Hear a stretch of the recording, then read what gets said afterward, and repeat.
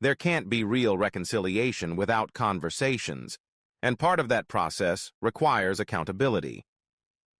In his memoir, Spare, Prince Harry reflects on the family tensions that shaped his life, even as preparations for Trooping the Colour 2025 reach their final stage. Excitement is building across the United Kingdom for King Charles III's official 77th birthday celebration on June 14th. Streets are being decorated with flags, horses are in training, and palace staff are perfecting every detail. Yet the headlines are not only about tradition this year, they are about absence. Harry has been told he will not be allowed to attend. This decision, reportedly approved by William, has stunned the public and sent a clear signal. For the first time in recent memory, a son of the monarch will not appear on the palace balcony during such a high-profile event. Observers see this as more than a scheduling matter. It's a deliberate and dramatic move. The exclusion has turned what should have been a symbol of unity into another reminder of division. For Charles, it is his first major birthday as king. Yet instead of harmony, the focus is on estrangement. Inside California, Harry is said to be deeply affected. Some suggest he anticipated the snub, while others claim he was blindsided. Either way, the sense is that the family is moving forward without him. The world is left wondering, what was the breaking point, and how did William take on the role of enforcing boundaries? The fracture is particularly painful because Harry and William were once admired for their closeness. After Diana's death, they leaned on each other, symbolizing resilience and brotherhood. Over the years, the public witnessed their bond through joy, struggle, and shared duty. But by 2025, that bond is no longer visible. The rupture traces back to 2020, when Harry and Meghan stepped away from royal responsibilities to begin a new life in California. What Harry framed as a choice for independence, William interpreted as a rejection of both family and their mother's legacy. The Oprah interview in 2021 only deepened the rift. Harry and Meghan's claims of prejudice and neglect were viewed by William as a betrayal. His curt response, "We're not a racist family," did little to bridge the silence between them. Then came Spare in 2023. In its pages, Harry described private confrontations, tensions with Catherine, and William's aloofness. It was not just a memoir, it was a direct challenge to the family's image. By Charles's coronation that same year, the estrangement was clear. Harry attended alone, kept his distance, and left quickly. He and William did not meet privately. What began as a crack has become a permanent rupture, and now the absence of an invitation to Charles's birthday celebration stands as the most public sign yet that reconciliation may no longer be possible. There are no secret late-night reconciliations, only cold looks, silence, and carefully enforced distance. Sources close to the palace say Harry has continued to drop hints in public, speaking of unfinished business with his family. Such comments have only deepened the rift in recent months. Whispers even suggest he has been working on another memoir or a documentary that could once again cast William and Catherine into the spotlight, something the heir to the throne is determined to prevent. But before we continue, we'd love for you to hit the subscribe button if you're enjoying this video. If you just did, we truly appreciate it. Now, let's get back to the main content. Behind closed doors, aides say William's patience has run out. He gave Harry multiple chances, one insider admitted. But there comes a point where a brother stops being an ally and becomes a liability. Increasingly, William has shifted his view of Harry from younger sibling to a potential threat to the crown. With Catherine's role seen as central to the monarchy's future, William has vowed to protect her and their children at all costs. That promise became reality as the world prepared for Trooping the Colour 2025. There was no dramatic announcement, no confrontation, just silence. An invitation never sent. A phone call never made. And that silence, coming from the brother who once walked beside him behind Diana's coffin, has become the loudest statement of all. The issue is no longer whether they will reconcile. The question now is whether they will ever share the same space again. As June 14th approaches, and King Charles III's 77th birthday celebration draws near, the balcony lineup is clear. Charles and Camilla, William and Catherine, George, Charlotte, and Louis all will appear before the crowds. One figure, however, will be absent: Harry. For weeks, speculation swirled that an olive branch might be offered. Some believed Charles would insist on it for the sake of unity. Others whispered that Harry had quietly expressed interest in attending in a low-profile way. But William's camp was firm. There would be no invitation, no compromise, no attempt to mask the broken relationship. In William's mind, this wasn't just about family, it was about the monarchy itself. "This is our father's moment, our country's tradition, and I won't have it overshadowed," he reportedly told advisors. His greatest fear was that Harry and Meghan's presence would turn the event into a media spectacle, feeding the brand of controversy that has followed them. There was another reason, too: Catherine. After years of seeing his wife drawn into scandals and memoir revelations, William resolved to shield her. Palace aides say he assured her that the days of being blindsided were over. In many ways, keeping Harry away was part of that promise.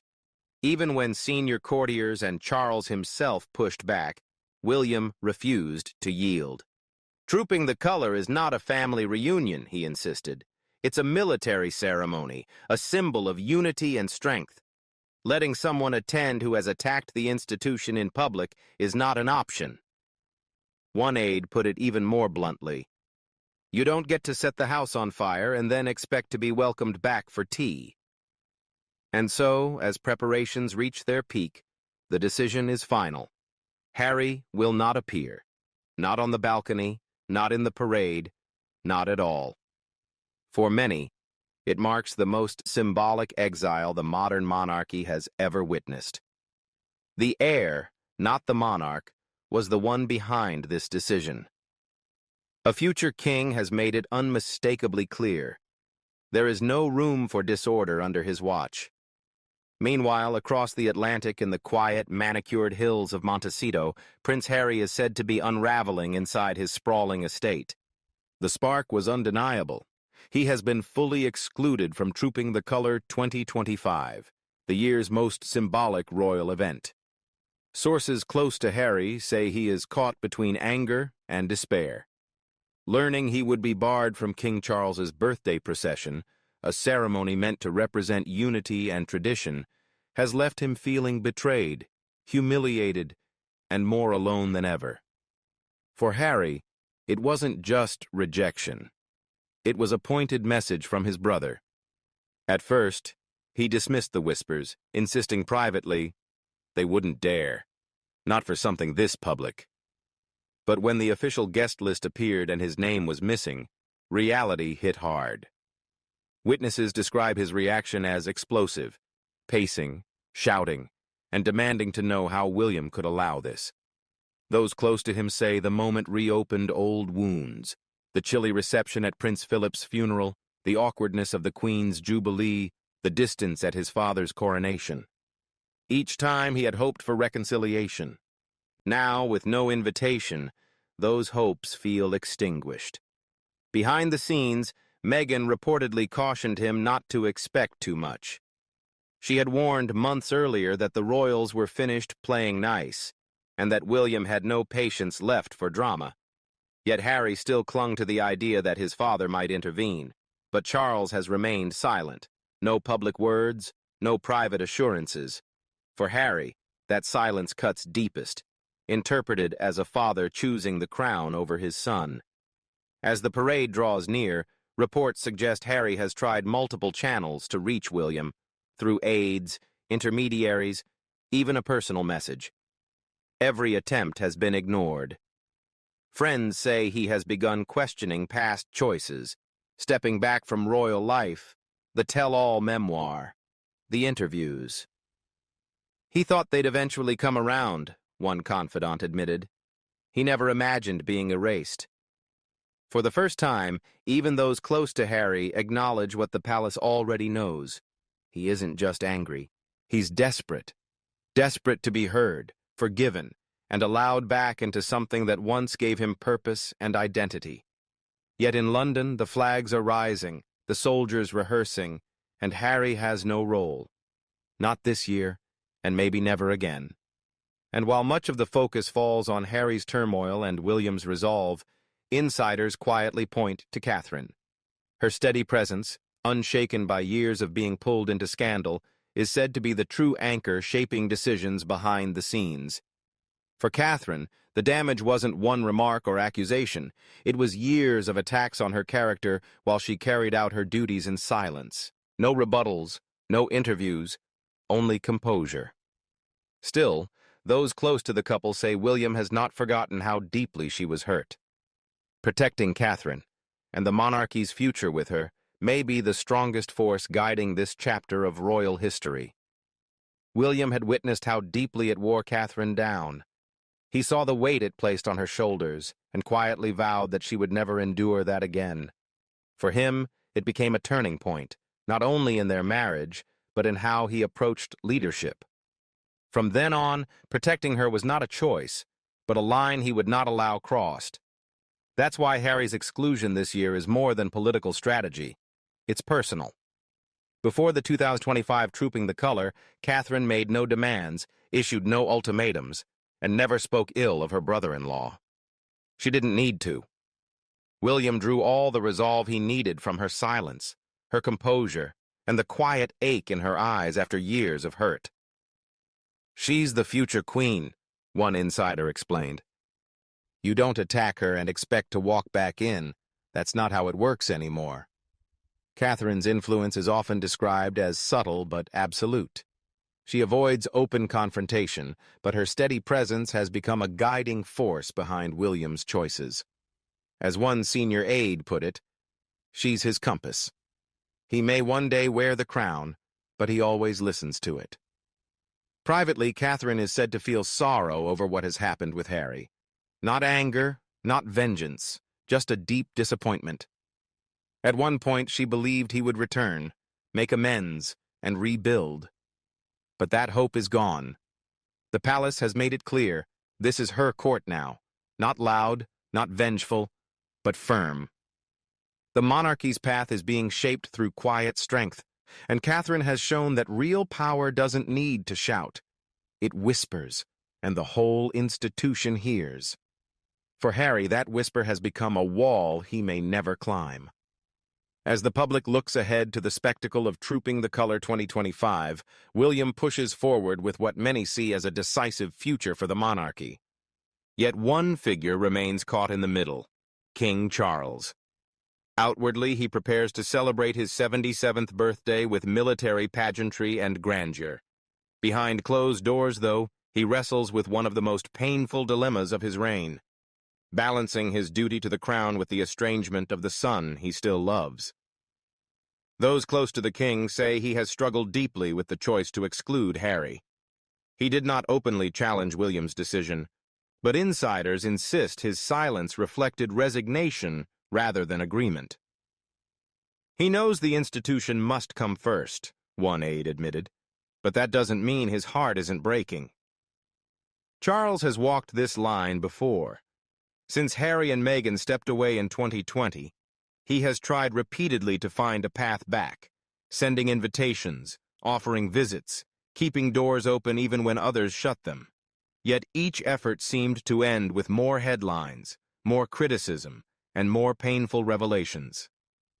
Even after Harry's memoir, Spare, shocked the monarchy with its accusations and harsh portrayals, Charles responded not with anger, but with quiet hope. Those close to him say he never stopped believing reconciliation was possible. He felt the weight of it, saddened but not shocked, choosing once again to put stability before confrontation. But this time feels different. The line wasn't drawn by advisors or by Camilla, but by his heir, William. And that changes everything. Privately, Charles has admitted the situation pains him. He misses Harry and worries about the long-term cost of leaving his son outside the fold. One friend shared that he believed time would mend the wounds, but instead, time has only cut deeper. It also strains his relationship with William. While Charles respects his son's leadership and shares his vision of a modern, respected monarchy, he knows William's devotion to protecting Catherine leaves no room for past betrayals. And as both king and father, Charles feels powerless. Then there is Camilla. After years spent shielding her from criticism, Charles now finds himself facing an irony. The woman he defended through scandal and scrutiny has become a flashpoint in the family divide. His loyalty to her is unwavering, yet he cannot ignore that much of Harry's bitterness and William's fury seem to center around her. On the eve of the celebration, Charles spends long hours alone in his study, reviewing parade details but thinking of the son who won't be there. He understands the crown demands sacrifice, but this may be the hardest one yet. He will wave and smile from the balcony on June 14th, but deep down he will feel like a father watching his family fracture in front of the world. This time, even the king cannot mend it. Trooping the Color 2025 will go on as planned, flags flying, drums echoing, the spectacle unfolding with all its brilliance and tradition. The balcony will hold its familiar cast: Charles and Camilla, William and Catherine, and the children, George, Charlotte, and Louis, standing tall before the cheering crowds. Yet the missing figure will be impossible to overlook. Harry will not be there. Not in the parade, not on the balcony, not even in the background. His absence is not the result of scheduling or choice. It is deliberate. It is final. For the first time in modern memory, the king's own son has been excluded from the monarchy's most visible stage. The grandeur will distract the eye, but the fault lines beneath the surface cannot be ignored. To many, this moment is more than a family rift. It is the end of Harry's role within the House of Windsor. After years of memoirs, interviews, and revelations, the divide has hardened into permanence. Insiders see this year's procession as a turning point, William stepping fully into his role as protector of the crown, with Catherine's quiet steadiness reinforcing the boundary they will not cross again. For Harry, it is the clearest signal yet. There is no way back. No uniform waiting, no embrace from his father, no place beside his brother. Only silence in exile, and the ghost of what might have been. The parade will dazzle as always, but the nation will know. The royal family is no longer whole, and Harry has become its shadow.